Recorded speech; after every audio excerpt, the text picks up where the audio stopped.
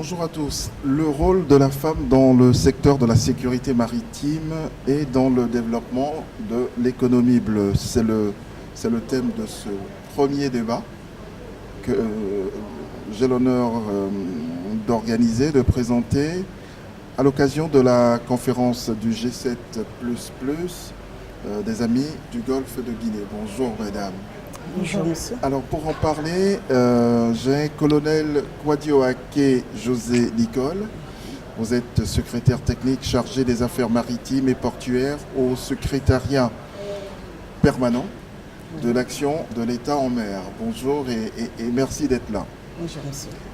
Bonjour madame Ndeye Anna Somboch. Vous êtes directrice des opérations maritimes à l'Agence nationale des affaires maritimes du Sénégal. Bonne arrivée chez nous, comme on dit. Merci beaucoup. Alors, est-ce qu'il faut parler du rôle ou de la place de la femme dans la sécurité maritime et dans le développement de l'économie bleue, selon vous? Je commence par mon colonel.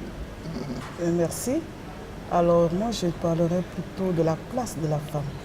Le rôle, il est le même pour un homme ou pour une femme. Mais quelle est la place que nous occupons réellement dans ce secteur d'activité? Ce serait pour moi l'essentiel autour duquel nous devons débattre. Madame Ndeye. Je dirais la même chose. Le rôle, il est défini par rapport à quelque chose de bien précis, de bien défini. Et le rôle ne changera pas.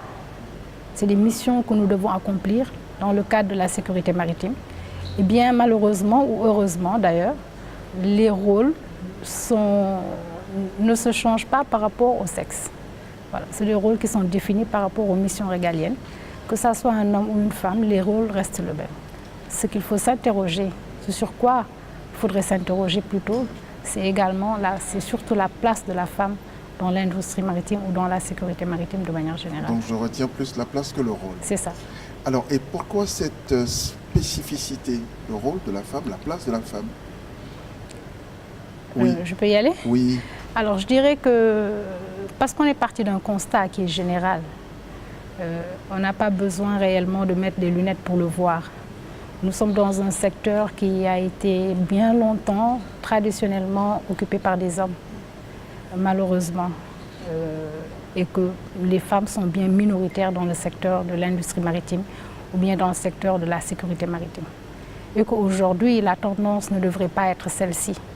Raison pour laquelle, à juste égard, il faudrait se poser la question de savoir comment faire pour que ce secteur puisse permettre à des femmes d'intégrer, d'être beaucoup plus représentatifs dans le secteur. C'est une question qui est assez opportune et assez pertinente. Colonel Ake. C'est exactement cela. Quelle est la place que les femmes doivent occuper dans ce secteur d'activité qui est, je dirais, à 95% dominé par les hommes? Dans le domaine de la sécurité à proprement parler, vous verrez très peu de femmes. Notamment dans la marine nationale. Notamment dans la marine nationale. Aux affaires maritimes, il y en a un tout petit peu plus, mais ce n'est pas plus de 10%. Sur un effectif de 800 personnes, vous aurez peut-être une centaine de femmes. Et au poste de responsabilité, vous n'en verrez pas beaucoup. Alors, les femmes ont une bataille à mener, et ont une bataille à gagner même, je dirais, et à gagner avec les hommes.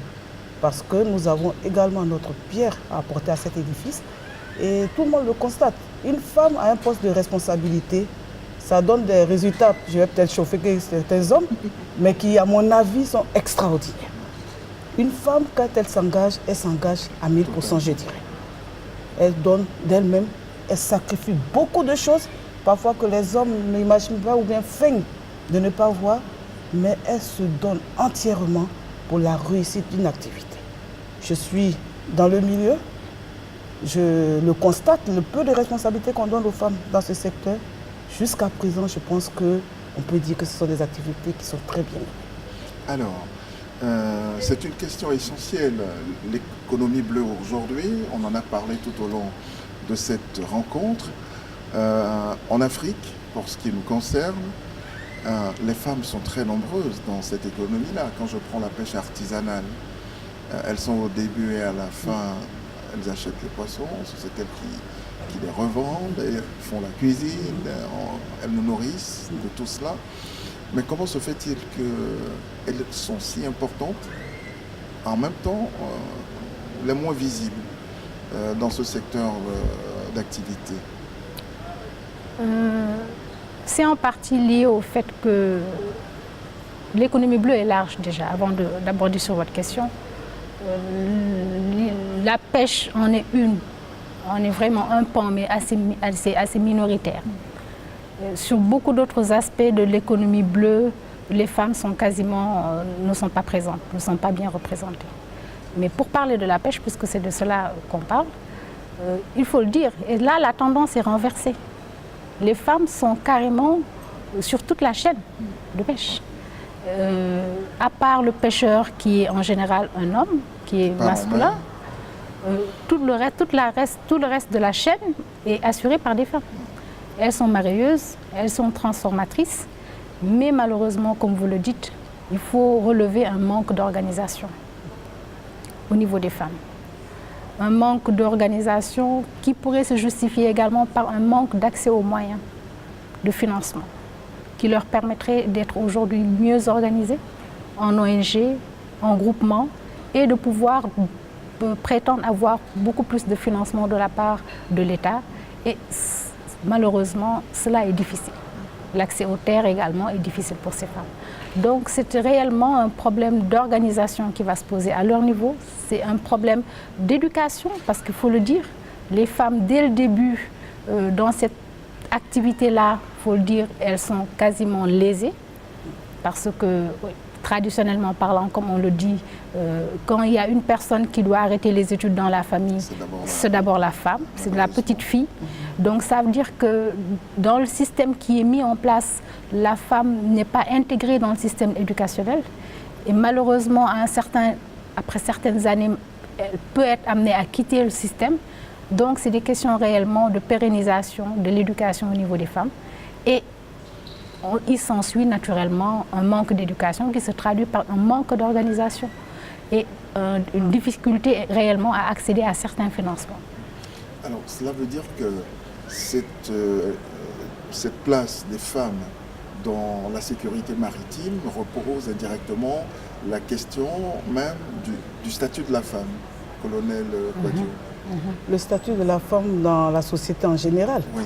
Oui, parce qu'à tous les niveaux, les statistiques onusiennes même nous le montrent tous les jours, les femmes sont sous-représentées dans la plupart des secteurs, pour ne pas dire dans la quasi-totalité des secteurs. Alors aujourd'hui, les institutions internationales demandent quand même que les femmes soient beaucoup plus visibles. Mais pour être visible, il ne s'agit pas de prendre une femme pour une femme. Il faut prendre une femme qui a été bien formée.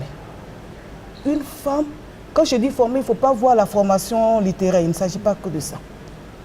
Une femme qui connaît son domaine d'activité, et généralement, elles le connaissent. Une femme à qui on donne l'accès au financement. Vous avez parlé d'économie bleue tout de suite. Mais l'économie bleue sans argent, ça ne sert à rien. C'est pas grand-chose. Les banques traditionnelles ne permettent pas aux femmes aujourd'hui d'avoir suffisamment de moyens pour mener à bien leur activité. Donc, elles se retournent vers le microfinancement. C'est extrêmement important, mais est-ce que c'est suffisant? Je me pose toujours la question. Nos mamans, vous les voyez, c'est vrai dans la pêche, mais elles sont parfois aussi dans d'autres secteurs d'activité. Mais elles sont tellement peu visibles que lorsque vous arrivez, vous avez l'impression qu'il ne s'agit que des hommes. Il y a des pays, par exemple, où des femmes sont pêcheurs. Nous, dans nos traditions, c'est plus les hommes. Mais quand ils reviennent, qui fait l'ensemble du travail? C'est comme le disait Madame Mais voilà. tout à l'heure. Voilà, elle vient d'un pays traditionnellement pêcheur, je dirais. Tout à fait. Voilà, beaucoup plus que nous. Mais même à notre simple niveau, quand vous arrivez, c'est les hommes qui vont à la pêche. Mais quand ils reviennent, tout le travail de bout en bout est mené par une femme. Et des femmes formidables. Qu'on a eu l'occasion de rencontrer de manière informelle. Mais quand vous discutez avec elles, elles ont de l'ambition.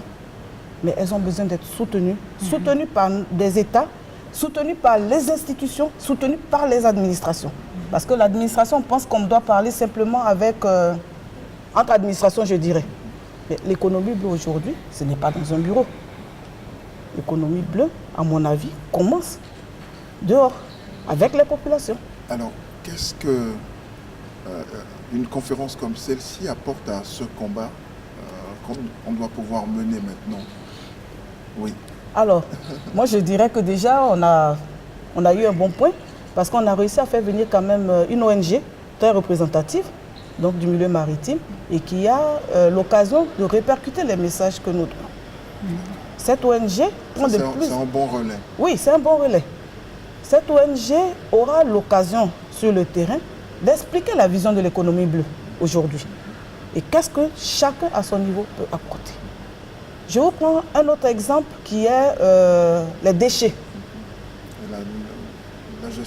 La gestion des déchets. Tout ça, ça fait partie de l'économie bleue. Aujourd'hui, le plastique nous envahit. Parfois même sans que nous nous en rendions compte parce que nous ingérons du plastique. Parce que nous mangeons par le poisson notamment. Mais on ne s'en rend pas compte. Voilà. Alors, si on explique déjà aux populations riveraines ce qu'elles peuvent faire en ramassant ces déchets plastiques, en les valorisant et surtout même en commençant par ne pas utiliser même ce plastique-là. Parce que ça commence à terre, ça va dans la mer et ça nous revient, malheureusement. Donc c'est vraiment quelques points qu'on pourrait explorer. Qu'est-ce que cette conférence peut apporter à ce combat? Mais beaucoup de choses, beaucoup de choses.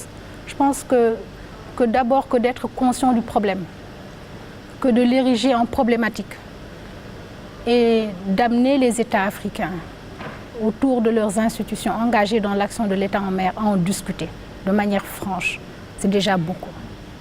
Parce qu'on ne pourra pas trouver de solution si l'on ne pose pas le problème de manière sincère. Aujourd'hui, il est reconnu le rôle des femmes. Mais d'un autre côté, se pose la problématique de la place de la femme. On doit lui accorder davantage de place en termes de postes de responsabilité. Je dirais, pour m'en glorifier, le Sénégal est la seule délégation qui soit venue avec une femme. Voilà, le Canada est venu en force. Je crois que sur une délégation de 6 personnes, 5 sont des femmes. Je ne les citerai pas en exemple, ils sont trop forts. Mais parmi les pays africains, le Sénégal est le seul pays qui soit venu avec une femme dans sa délégation. Donc c'est un combat perpétuel. Mais ça traduit quelque chose. Ouais. Au-delà du fait que, pardon, au-delà du fait de ce constat, ça traduit vraiment l'engagement de l'État sénégalais, des politiques sénégalaises en matière de promotion de la femme.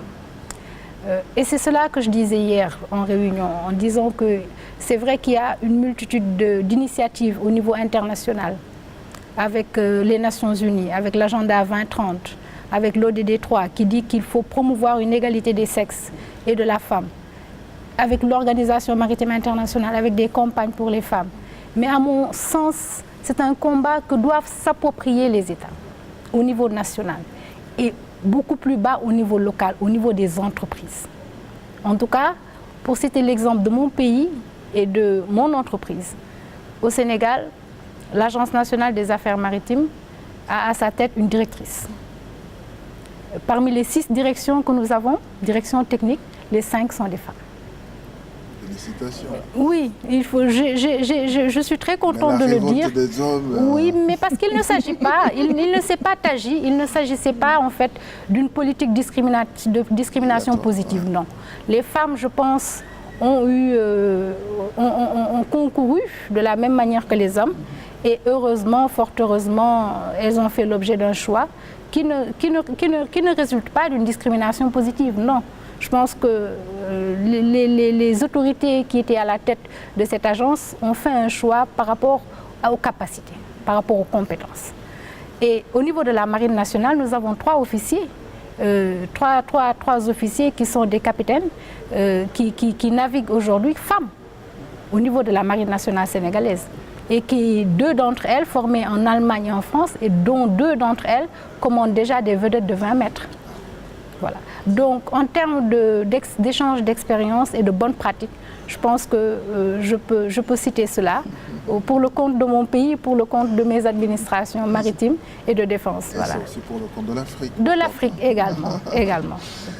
Colonel Kouadio, qu'est-ce qu'on va faire aujourd'hui pour intéresser plus de jeunes femmes à devenir militaire, devenir marin, à aller dans l'armée? Qu'est-ce qu'on doit faire? Est-ce que c'est d'abord un engagement de l'État? Bon, on va parler de l'éternelle volonté politique, hein, mais il y a aussi la conscience collective. Pour attirer les jeunes filles vers ce corps de métier. Déjà, ce que nous faisons déjà est à mon avis un exemple. Vous êtes un modèle. Voilà. Non, pas ma personne. Le plateau de télé, par exemple, la communication, aujourd'hui tout passe par là. Il faut donner aux jeunes filles l'envie de faire ce métier, avec toutes ces contraintes. Il faut leur donner l'envie et il faut leur donner le cadre pour s'exprimer pleinement. Par cadre, il faut arrêter tout ce qui est sexiste, je dirais. Nous avons les campagnes, on l'a vu dans le domaine du cinéma. C'est beaucoup plus silencieux parfois. Le navire est un milieu complètement fermé. Quelles dispositions nous prenons pour que les femmes à bord des navires se sentent femmes et en sécurité, même au niveau de nos familles. Comment est-ce que nos familles voient une femme en tenue? Comment nos familles voient une femme marin, donc qui va avoir des problèmes pour sa vie de couple, si elle est déjà mariée, pour trouver même un fiancé peut-être, parce que le fiancé se dira attention, une dame que je verrai peut-être 2 fois dans l'année, c'est pas toujours très évident. Mais quelles dispositions légales nous prenons pour vraiment encadrer, si vous voulez, la route de ces dames-là, pour encadrer même leur carrière? Qu'est-ce que nous leur donnons? Quand on voit des femmes à la télévision, je suis contente de voir ma sœur ici, ça peut donner envie. Mais il faut un cadre juridique, précis, international même, pour donner vraiment tout le rôle qu'il faut à la femme. C'est un métier merveilleux. Moi, je vous avoue que je ne regrette pas du tout. C'est un métier merveilleux qui donne envie, hein, mais qui est extrêmement difficile et encore plus difficile lorsque vous êtes une femme. Je vais vous laisser partir, puisque la cérémonie de clôture, c'est dans quelques minutes. C'est bien ça. Merci d'avoir participé à cet échange et je vous souhaite une bonne continuation, comme on dit. Merci à vous. Beaucoup. Est-ce que vous avez un message particulier? Oui. Je sens qu'il y a encore une ou deux petites choses à dire. Oui, c'est vrai en Madame fait. C'est vrai. Ça bouillonne de l'intérieur en fait et c'est normal parce qu'on a envie de partager tout ce qu'on vit avec nos sœurs. On a envie de leur faire savoir qu'il ne devrait pas y avoir d'isolation. Il ne devrait pas y avoir de métier réservé. Bien sûr, il y a des contraintes. Mais je pense que dès le départ, les chances devraient être données aussi bien aux femmes qu'aux hommes.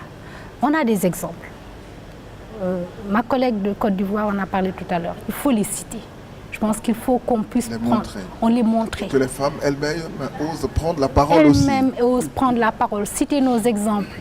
Et les prendre comme des références et donner ainsi l'envie à nos jeunes sœurs d'embrasser certaines carrières qui jusque-là leur paraissaient assez interdites entre guillemets. Voilà. Donc moi je serais plus pour une politique de sensibilisation, d'information, mais également de renforcement de capacité. Il est important, et j'insiste beaucoup sur ça, il ne s'agit pas d'une politique de discrimination positive. Il faut que les femmes soient bien formées. Et quand elles sont bien formées, elles ont la capacité de prendre des hauts postes de responsabilité et de prouver parfois même mieux que les hommes. Mais encore faudrait-il qu'elles soient bien formées à la base. Donc ça, je pense que c'est important d'insister dessus. Il faut carrément des politiques de renforcement de capacité à l'endroit des femmes pour leur permettre d'avoir toutes leurs chances. Comme Nolène Kouadio, c'est votre point de vue aussi? Parfaitement. Je dirais simplement, chez nous on dit ivoirien nouveau, c'est un concept. Mais moi je dirais femme africaine nouvelle. Nouvelle dans la tête, belle physiquement c'est peut-être important, mais belle dans la tête c'est vraiment tout. Et pour être belle dans la tête, il faut être extrêmement bien formé. Ouais. Merci à vous et très bonne journée. Merci.